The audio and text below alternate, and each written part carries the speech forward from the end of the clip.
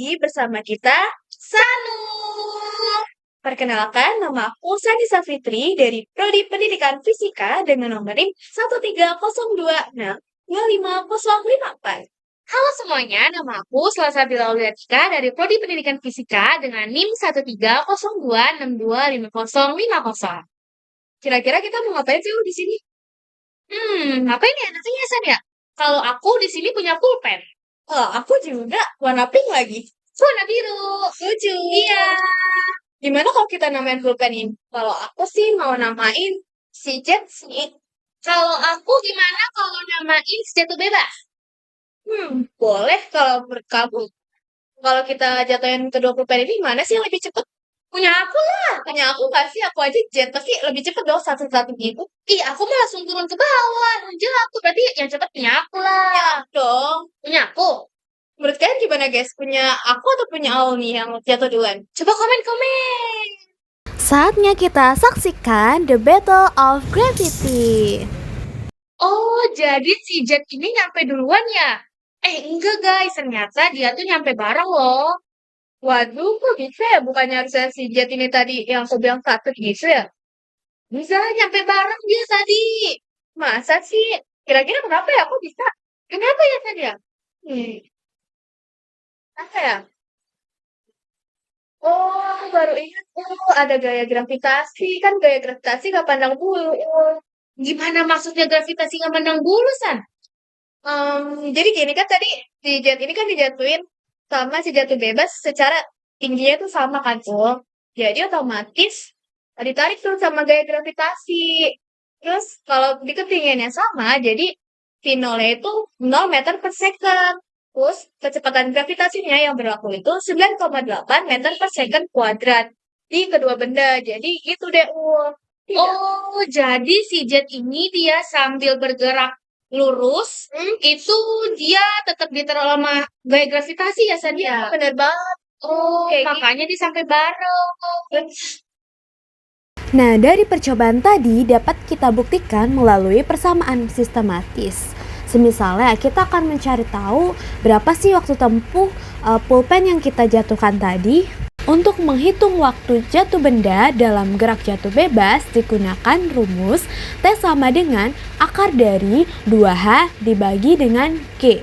Rumus tersebut didapat dari persamaan GLBB gerak lurus berubah beraturan dengan rumus S sama dengan V0 dikali T ditambah setengah AT kuadrat, di mana S merupakan jarak tempuh, kemudian V0 merupakan kecepatan awal, dan A merupakan percepatan, sedangkan T adalah waktu.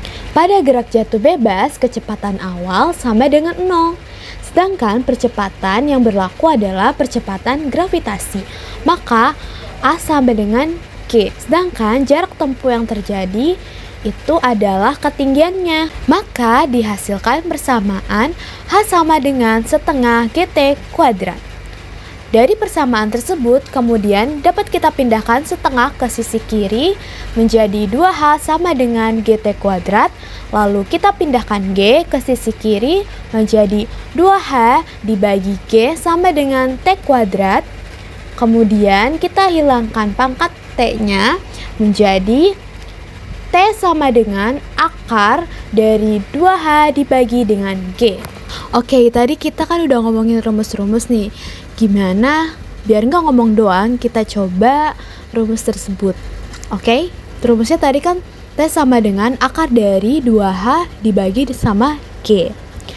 Oke, jadi semisalnya kita punya tinggi mejanya atau alasnya tadi 1,25 meter. Sedangkan gravitasi yang berlaku adalah 9,8 meter per second kuadrat. Jadi langsung kita masukin aja deh ke dalam T sama dengan akar dari 2 dikali 1,25 dibagi dengan 9,8. Hasilnya adalah akar 0,255 yang menghasilkan sekitar 0,5 detik. Pernahkah kalian melihat orang melakukan terjun payung dari pesawat? Ternyata kegiatan ini bukan hanya menegangkan dan seru, tetapi juga merupakan salah satu contoh penerapan konsep fisika dalam kehidupan sehari-hari, yaitu gerak jatuh bebas. Mengapa dikatakan seperti itu? Karena ketika seorang penerjun keluar dari pesawat dan belum membuka parasut, tubuhnya akan jatuh ke bawah karena pengaruh gaya gravitasi bumi. Pada saat itu, satu-satunya gaya yang bekerja adalah gaya gravitasi, sehingga gerak ini disebut gerak jatuh bebas. Artinya, penerjun akan mengalami percepatan yang konstan, yaitu percepatan gravitasi sebesar 9,8 meter per detik kuadrat. Kecepatan penerjun akan terus bertambah seiring waktu sampai akhirnya gaya gesek udara menjadi cukup besar untuk menahan tarikan gravitasi. Jadi, dari peristiwa terjun payung ini kita bisa memahami bahwa konsep jatuh bebas, gaya gravitasi saling berkaitan. Fisika ternyata sangat dekat dengan kehidupan kita, bahkan dalam hal-hal yang tampak sederhana atau menegangkan seperti terjun payung. Apakah kalian pernah melihat orang melakukan lompat bungee? Ternyata kegiatan ekstrim ini juga mengandung banyak konsep fisika, terutama gerak jatuh bebas dan gaya elastis. Saat seseorang melompat dari ketinggian, pada awalnya tubuhnya jatuh karena gaya gravitasi. Sama seperti gerak jatuh bebas, kecepatannya terus meningkat karena ditarik ke bawah oleh gaya gravitasi bumi. Namun, ketika tali bungee mulai menegang, tali itu memberikan gaya elastis ke atas mirip dengan gaya pegas. Gaya ini memperlambat gerakan si pelompat hingga akhirnya berhenti sesaat lalu memantul naik turun beberapa kali. Jadi, lompat bungee merupakan contoh penerapan gerak jatuh bebas di awal, lalu diikuti oleh gaya elastis yang menyeimbangkan gerakan tubuh. Inilah bukti bahwa fisika tidak hanya ada di kelas, tetapi juga di setiap pengalaman menegangkan dalam hidup kita. Oh, ternyata fisika itu kita banget. Nah, mungkin cukup sekian video kita hari ini.